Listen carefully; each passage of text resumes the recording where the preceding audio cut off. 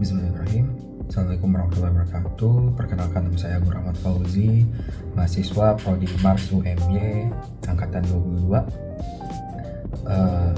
Pada kesempatan kali ini kita akan melakukan jurnal review, yaitu dengan judul Systemic Review of Lean Implementation in Hospital, Impact on Efficiency, Quality, Cost, and Satisfaction.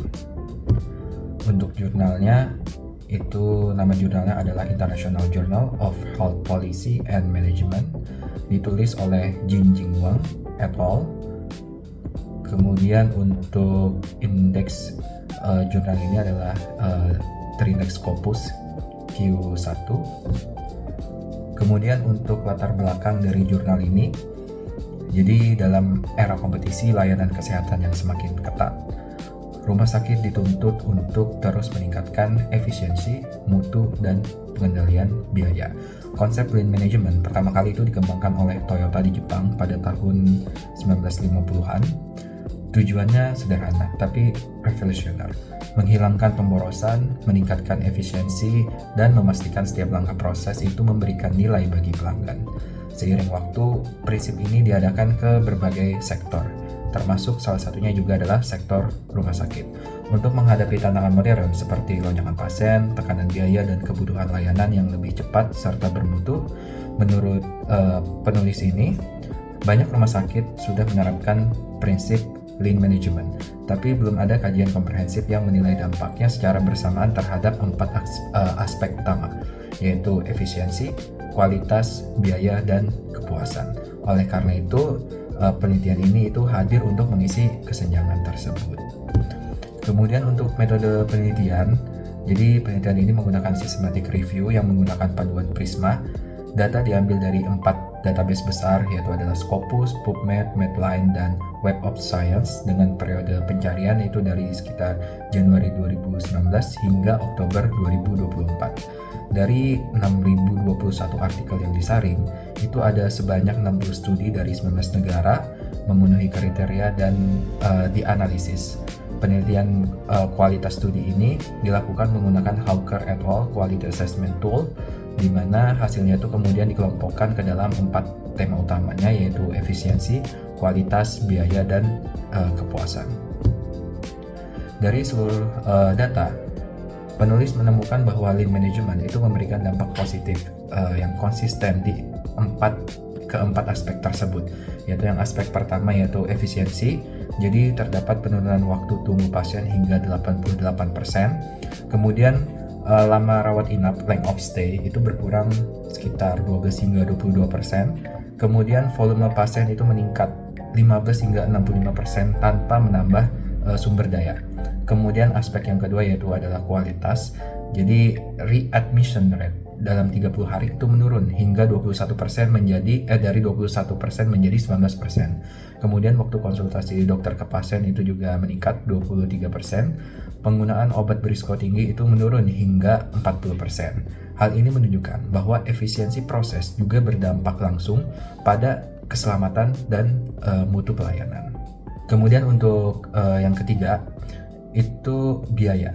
Rata-rata penghematan operasional itu berkisar antara 8 hingga 80%. Termasuk satu studi yang melaporkan penghematan itu ada di salah satu tempat itu hingga $400.000 per tahun. Beberapa rumah sakit juga melaporkan efisiensi pada biaya sterilisasi alat, logistik, dan farmasi. Kemudian yang faktor keempat yaitu adalah kepuasan. Skor kepuasan pasien itu dari HCAHPS, yaitu Hospital Consumer Assessment of Healthcare Provider and System, itu meningkat secara signifikan. Keluhan pasien menurun hingga 44% dan tingkat kepuasan perawat juga naik dari 60% ke 86%. Artinya, Lean Management itu bukan hanya cuma soal efisiensi, tapi juga soal manusia. Bagaimana pasien dan staf itu sama-sama merasa lebih dihargai.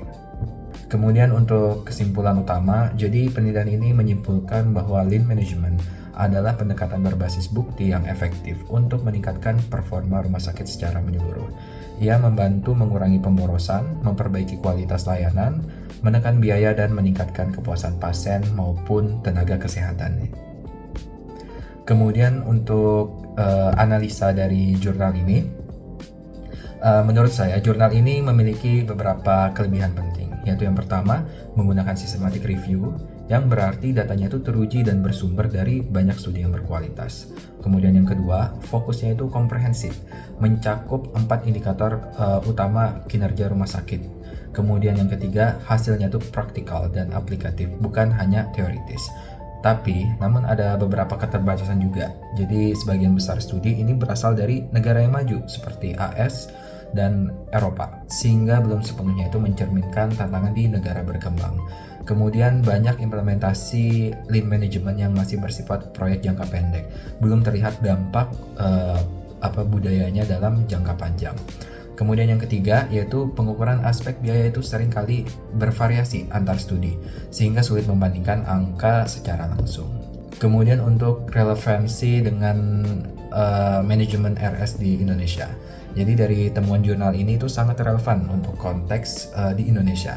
Karena kita tahu banyak rumah sakit itu masih menghadapi tantangan seperti antrian yang panjang, birokrasi yang lambat, duplikasi proses, dan pemborosan sumber daya. Dengan menerapkan prinsip lean management, rumah sakit Indonesia itu harapannya itu bisa yang pertama mengoptimalkan alur pelayanan IGD dan rawat jalan, kemudian yang kedua mengefisiensi sistem farmasi dan logistik, yang ketiga menekan biaya operasional tanpa mengorbankan mutu, dan yang keempat adalah meningkatkan kepuasan pasien sekaligus kesejahteraan tenaga medis. Jadi beberapa RS besar seperti Rumah Sakit Dr. Sarjito, Dr. Sutomo itu udah mulai menerapkan konsep ini, dan hasil awalnya tuh menunjukkan penurunan waktu tunggu serta peningkatan dari kepuasan pasien mereka.